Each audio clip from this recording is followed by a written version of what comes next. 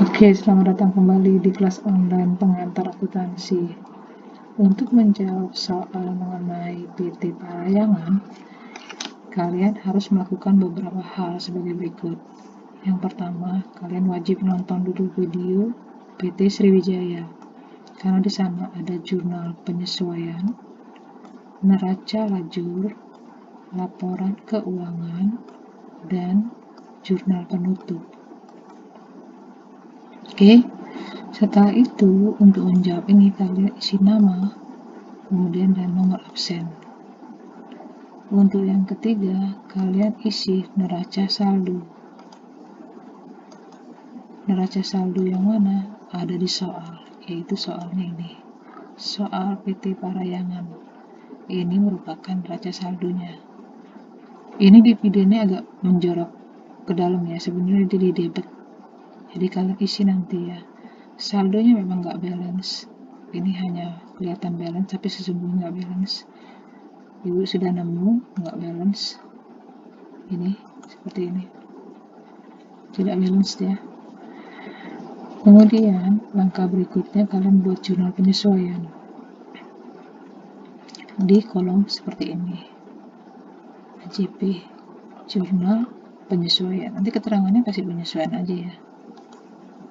Kemudian kalian buat neraca saldo setelah disesuaikan yang ada di neraca lajur. Oh ya, ibu cerita dulu sedikit. Ini kan neraca saldo yang tadi kalian isi saldonya itu kan belum disesuaikan, atau neraca saldo yang masih perlu disesuaikan, sehingga harus ada jurnal penyesuaian. Nantinya hasilnya adalah neraca saldo setelah disesuaikan. Oke, caranya gimana? Lihatlah di video PT Sriwijaya ya. Terus untuk berikutnya kalian lanjutkan lagi yang nomor 6 ya, neraca lajur itu.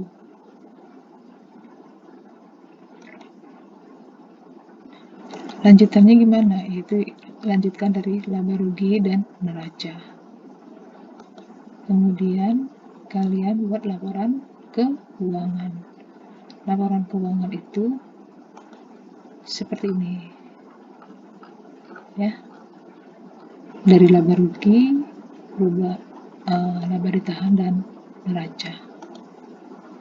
Kemudian habis itu kalian buat jurnal penutupnya. Jurnal penutup, nggak usah jurnal pembalik, jurnal penutup saja. Nah, seperti ini ya. Kemudian habis itu kalian gak perlu susah karena sudah ibu siapkan akun seperti biasa ya, akunnya ya. Kalau kalian sering nonton video ibu pasti hafal seperti ini. Oke. Terus untuk soal di sini kan soalnya terputus nih, tidak ada. Jadi ibu isi sendiri, yaitu yang diminta adalah buat jurnal penyesuaian atas data transaksi dari A sampai F, A hingga F. Kemudian buat neraca lajurnya yang tadi ibu kasih tahu. Kemudian buat untuk laporan laba rugi, beban modal dan neraca. Kemudian buat jurnal penutupnya saja. Jurnal pembalik belum usah karena ibu tidak atau belum menjelaskan mengenai jurnal pembalik.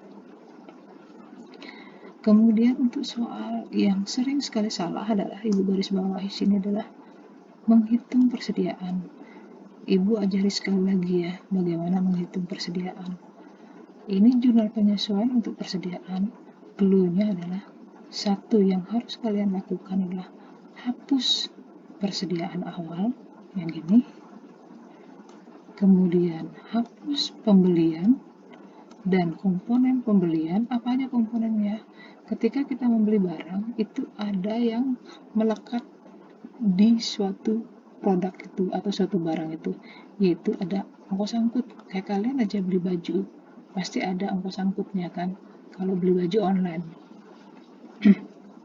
Kemudian ada diskon atau ada retur. Misalnya barang yang kalian beli, barang dagang itu rusak, bisa diganti, bisa diretur. Kemudian ada diskon itu ya, atau kadaluarsa biasanya itu retur ya. Nah, jadi ini komponen pembelian. 1, 2, 3, 4. 3 ini komponen pembelian. Jadi pembelian itu adalah hitungannya pembelian bersih.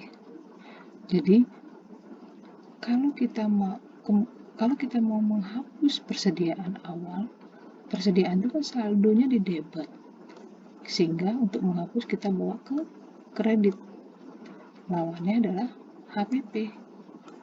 Satu-satu juga nggak apa-apa kalian lakukan. HPP pada persediaan awal, oke. Kemudian untuk yang kedua, pembelian kan saldonya di debit. Untuk menghapus bawa ke kredit. HPP pada pembelian. Nggak apa-apa, satu-satu juga nggak apa-apa. Kemudian beban angkut, saldo akunnya di mana? Di debit. Untuk menghapusnya bawa ke kredit. Berarti HPP pada beban angkut. Clue yang kedua, kemudian ada komponen lainnya, retur. Retur saldo normal di mana? Di kredit kan, karena dia mengurangi pembelian kan, mengurangi pembelian ya. Kemudian untuk menghapusnya atau menolakkannya kita bawa ke debit. Jadi nanti retur pada HPP, boleh retur pada HPP satu-satu nggak apa-apa, yang penting benar. Kemudian diskon itu saldo normal di mana? Di kredit kan, pengurang dari pembelian kan.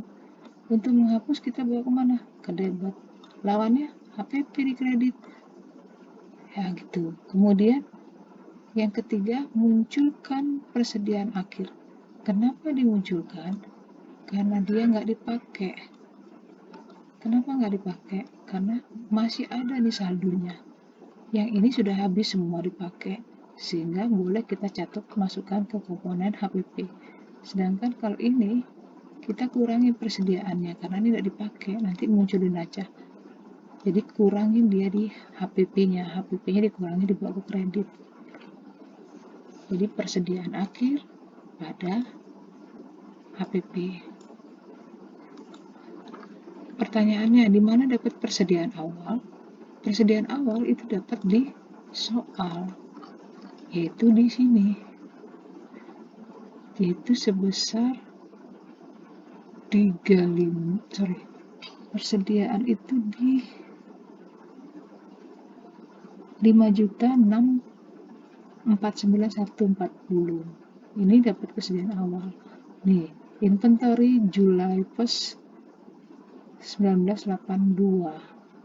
Jadi dia persediaan barang di gudangnya ada pada tanggal 1 Juli 1982 adalah sebesar ini. Kemudian kalau ditanyain di mana dapat persediaan akhir juga dapat di soal. Nih, persediaan barang dagang 31 Desember 1982 adalah 8.120. Jadi dia bilangnya adalah persediaan akhir. Oke.